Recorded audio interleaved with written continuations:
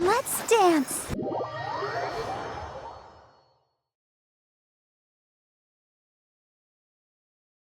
Hello everyone!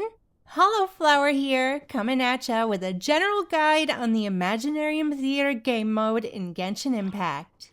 This guide is intended for newer players or those looking to increase their capacity to slay in this game mode. It has been put together based on my own experience climbing the difficulty levels since the release of Theater.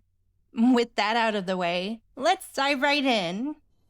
So, what exactly is Imaginarium Theater, you might ask? Well, Imaginarium Theater is one of the 3 endgame combat challenge modes in Genshin Impact. The other 2 being the Spiral Abyss and Stygian Onslaught. In my opinion, it encourages creative gameplay and strategizing, and even the highest level of difficulty is achievable without having constellations for your characters or anything like that.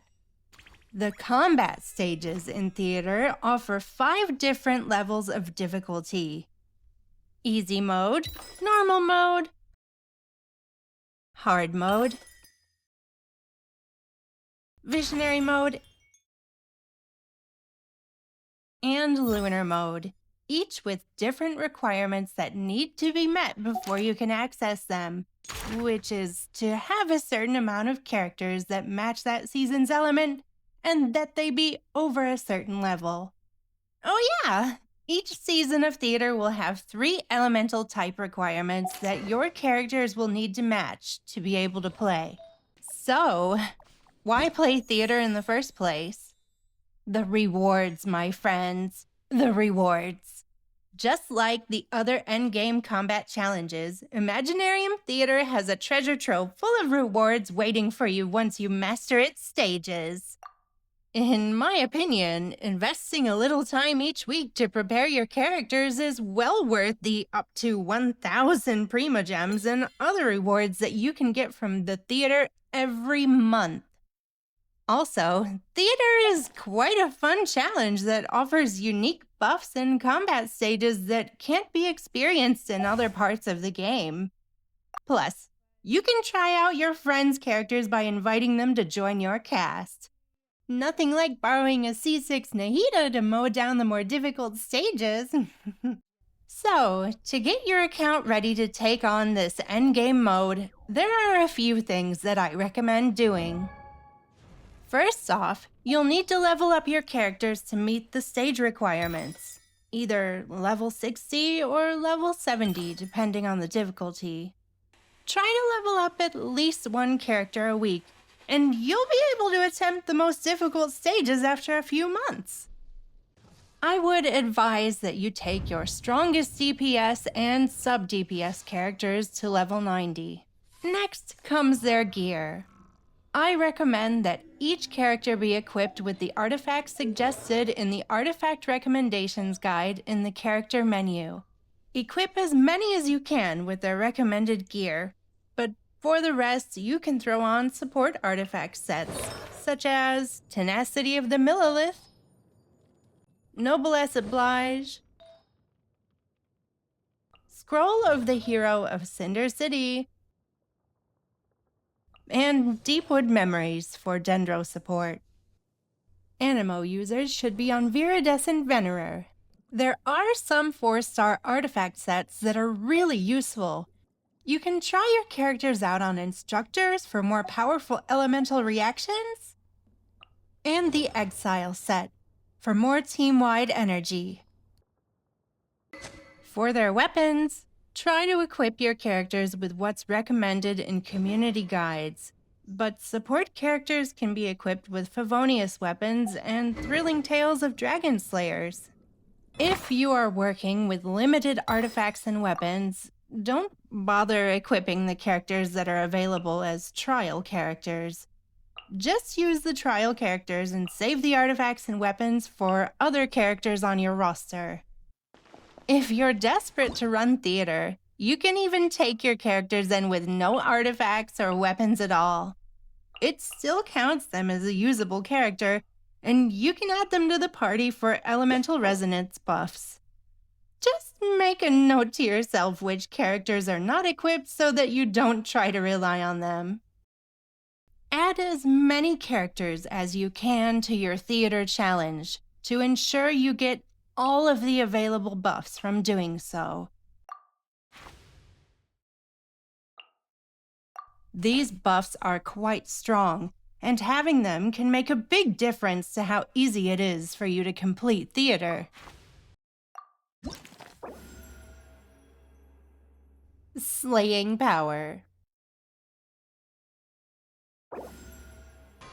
You can even switch your traveler to a usable element and take them in. However, mannequins are not available for use. Now, before you begin the challenges, it helps to have a plan of attack so that you can save certain characters for the challenges where they shine the brightest. You can view the boss stages and lunar challenges by clicking the information icon in the performance prep menu. The game will give you a rundown of the fight and you can strategize accordingly. You can also view the boss stages and lunar challenges in other menus as you make your way through theater. And this menu. Once you enter theater, then the real fun begins. Here are my tips for slaying its stages.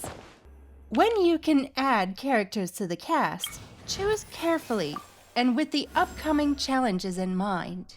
For instance, if you already have strong DPS, then you can add a character with a sort of usefulness as Hydro Traveler in as just a more expendable unit, so that you don't waste the vigor of more useful units. Just what will we come across this When time? available, choose from the brilliant blessings that provide the most benefit to the characters you currently have in your principal cast, and that you'll be using soonest.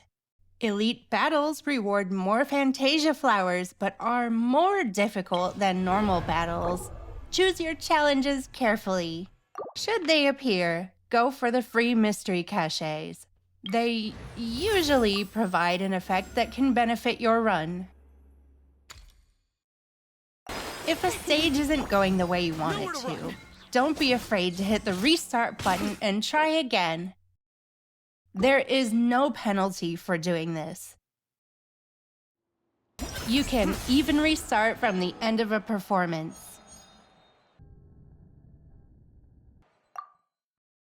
After each boss battle, a rewind point will be recorded. If further through the stages you find that you want to restart from earlier ones, you can use the rewind function to do so.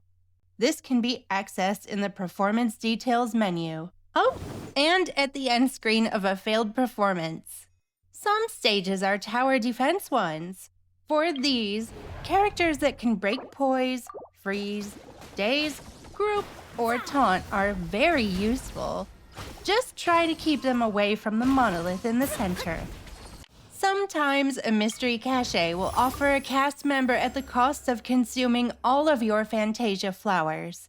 This is definitely worth choosing if you have less flowers than the actual cost of choosing a cast member, which usually costs 80. And any mystery cache that restores vigor is worth choosing, as vigor allows you to keep your cast members going for more challenges, or to take more turns, if you will.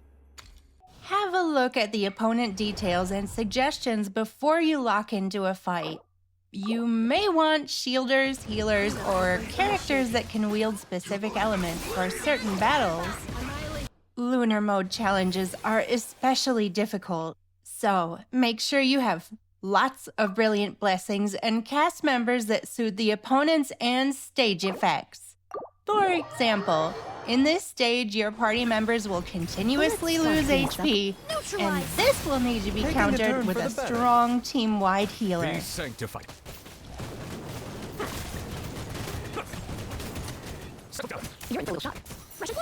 Whoa, check out that HP drain. Don't panic, just heal. If there's ever a point at which you want to completely restart and re-gear or work on your characters to get a sharper edge, you can pause the performance like this, or from multiple other menus. Once you're back in the lobby, you can choose to end your current performance, rewind, or continue combat. Woo, that was a lot of tips. If I think of anything else, I'll make note of it in the description of this video. I hope this video helps you pave your way to Slay. Feel free to let me know how your theater run went and what your hot tips are in the comments below. And if you got a Lunar Arcana card, let me know which one you managed to pull. Thanks for watching. Stay Slay, and I'll see you in the next one, darlings.